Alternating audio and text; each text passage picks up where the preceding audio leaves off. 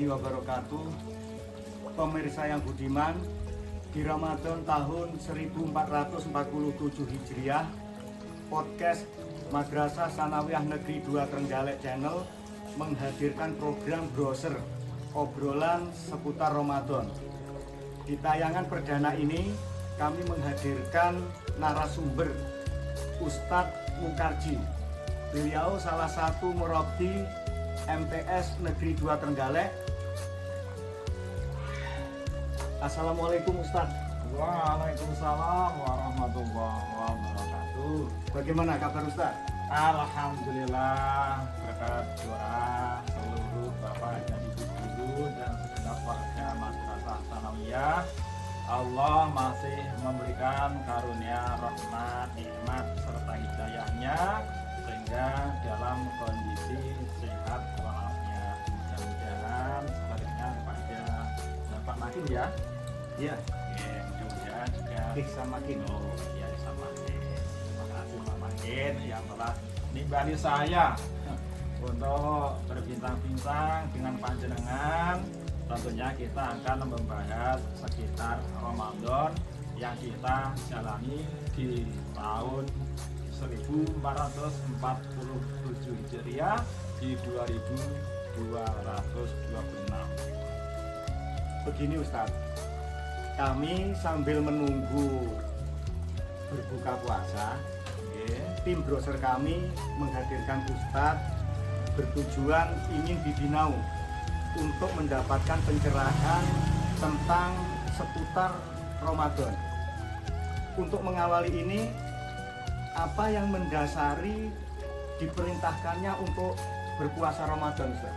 Terima kasih Pak Men. Ya, kita bersama-sama belajar. Kami pun juga belajar, jadi saya juga belajar.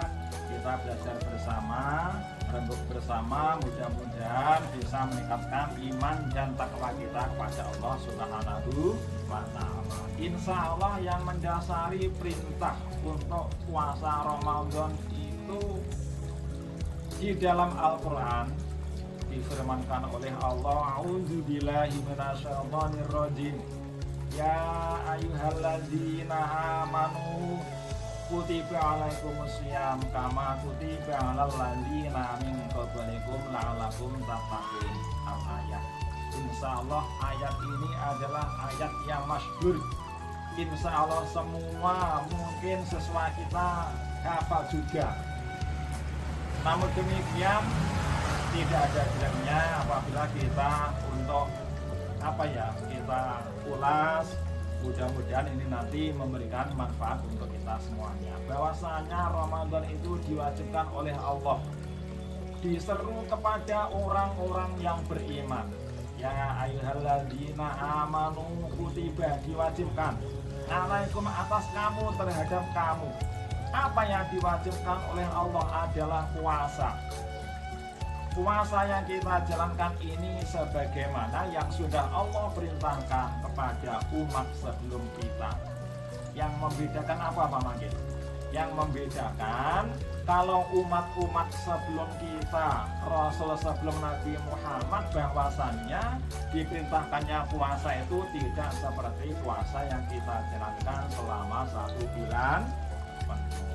Jadi 1 bulan itu bisa 30 hari dan juga bisa 29 hari. Yang penting tidak dijalankan hanya 20 hari karena bolong.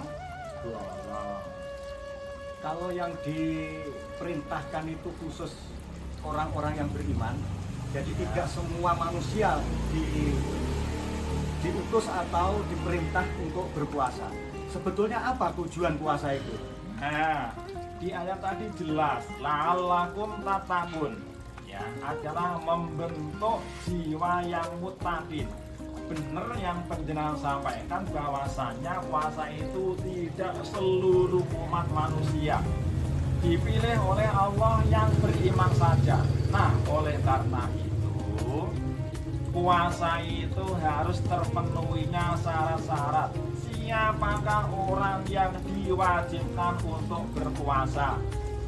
Ya, barangkali kalau kita memang mengikrarkan diri kita sebagai orang-orang yang beriman, tentunya mendapat perintah untuk berpuasa.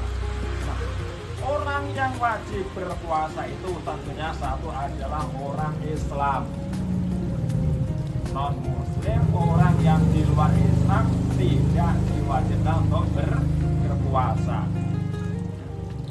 Kemudian di samping orang yang beriman, ya tentunya atau Muslim atau orang Islam adalah mereka yang sudah balik. Berarti anak-anak itu tidak wajib untuk berpuasa. Tetapi jangan lupa bahwasanya anak-anak itu adalah generasi kita, maka perlu dilatih untuk berpuasa. Terus sebelum melanjutkan tentang hikmah puasa, syarat dan rukunnya itu kira-kira apa saja itu, Ustaz? Oke. Tentunya untuk syarat orang-orang yang berpuasa, ya, kita ringan-ringan saja. Artinya ketika kita berbicara masalah berpuasa ini, siapakah orang yang masuk syarat dalam kategori puasa? Tentunya saya tidak akan menyampaikan secara runtut, secara urut. Namun kita melihat di lapangan, sopo to sajane dalam bahasa Jawanya, ya. Jadi di samping tadi saya menyebutkan orang yang beriman atau Muslim, satu orang Islam, ya, kemudian yang balik, kemudian berakal sehat, ya, tentunya adalah orang-orang yang berada di tempat atau tidak dalam sedang perjalanan atau musafir. Nah, berarti orang yang dalam perjalanan, orang yang kondisinya musafir lelungan, ya, seperti barangkali Pak Makin mudik dari Trenggalek menuju ke rumah jauhnya ke Jember, Pak Makin, ya? Ya. Nah, barangkali kalau sudah memenuhi ketentuan syarat untuk diperbolehkannya berbuka atau tidak berpuasa, itu berarti ya boleh untuk tidak berpuasa.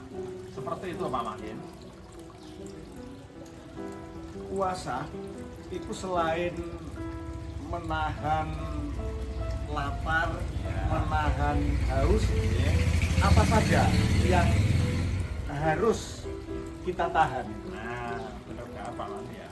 Sehingga kita harus melihat rukun dari puasa, ya. Jadi kalau rukun itu adalah suatu perbuatan yang harus ada pada saat kita melakukan suatu pekerjaan atau suatu perbuatan. Tentunya rukun puasa itu ada 3, insya Allah. Satu, orang yang berpuasa itu sendiri. Orang yang berpuasa itu harus punya niat, ya, niat untuk berpuasa. Maka ketika kita kecil dulu, ketika kita berada di musola, kita belajar di madrasah, oleh ustadz-ustadz kita diajari untuk niat puasa Ramadan. Seperti ini, nawaitu shauma ghadin an adai fardhi syahri ramadhana hadhihi sanati fardholillahi ta'ala. Yang kedua harus memang mampu menahan, ya, menahan segala sesuatu yang dapat membatalkan puasa kita, ya. Jadi rukun yang pertama itu adalah orang yang berpuasa itu sendiri, kemudian disertai dengan niat yang tulus bahwa niat itu dilakukan pada malam harinya. Dan yang ketiga, kita harus mampu untuk menahan, ya. Kita kembalikan pada definisi dari puasa, bahwa puasa itu atau asyam itu adalah imsakun, ngeker bahasa Jawanya.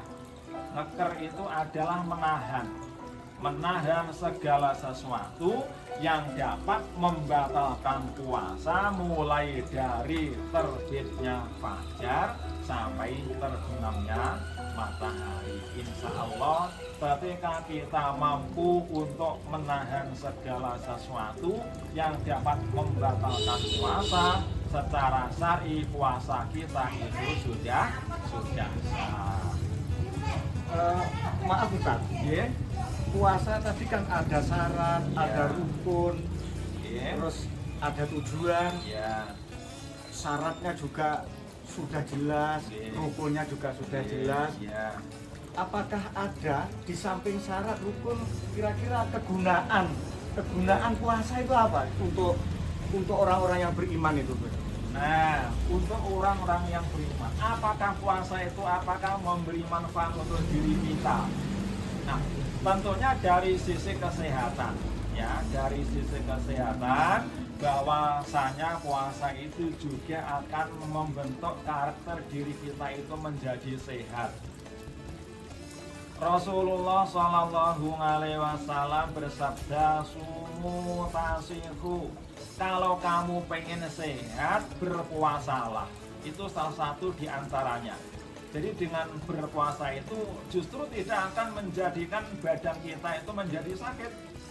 Justru badan kita itu akan menjadi sehat. Tentunya ketika kita makan sahur, ketika kita berbuka puasa, setidaknya itu terpenuhinya nutrisi atau gizi yang mampu untuk memberikan badan kita itu menjadi sehat. Barangkali seperti itu Pak Manggen. Jadi ketika kita berpuasa jangan takut, oh siang hari saya tidak makan, jangan-jangan nanti saya akan timbul sakit. Itu tidak. Justru ketika kita berpuasa itulah akan menjadi sehat pada diri kita. Terima kasih Ustadz. Oh iya, sebelum kita tutup acara ini, selain manfaat yang kita peroleh di dunia tentang kesehatan, Ya. apakah ada manfaat atau imbalan? Bukannya kita itu mau menghitung-hitung. Rahmat itu sudah tidak dapat dihitung Ya, lagi. ya, Kita tidak ya. mampu untuk menghitung itu. Ya, Tapi adakah sesuatu yang nanti kita peroleh di akhirat nanti? Oke, terima kasih Pak Manggen. Insya Allah sesuai hadis yang pernah saya membacanya. Hanya membaca, mungkin mudah-mudahan ingatan saya ini nanti ya tidak begitu banyak salahnya. Hadis Rasulullah yang menyatakan itu bahwasanya idza jaa Ramadan futihat abwabul jannah wa dzulidat abwabus. Saya ulang. Nah, tadi saya kan bilang idza jaa Ramadanu futihat abwabul jannah wa dzulidat abwabun nar wa sufidatis syayatin. Jadi salah satu dari beberapa nikmat Allah itu ketika Ramadan itu dilaksanakan, ketika Ramadan itu tiba, maka otomatis pintu-pintu surga itu dibuka oleh Allah. Sebaliknya pintu nerakanya itu ditutup oleh Allah. Tinggal kita bagaimana, maukah kita masuk pintu surga yang telah terbuka lebar, atau justru akan kita membuka pintu neraka yang sudah ditutup oleh Allah, tergantung pada kita. Oleh karena itu, senyapa kita diberi kesempatan oleh Allah umur yang panjang, dipertemukan pada Ramadan bulan ini adalah bentuk syukur yang harus benar-benar kita kita syukur yang luar biasa syukurnya.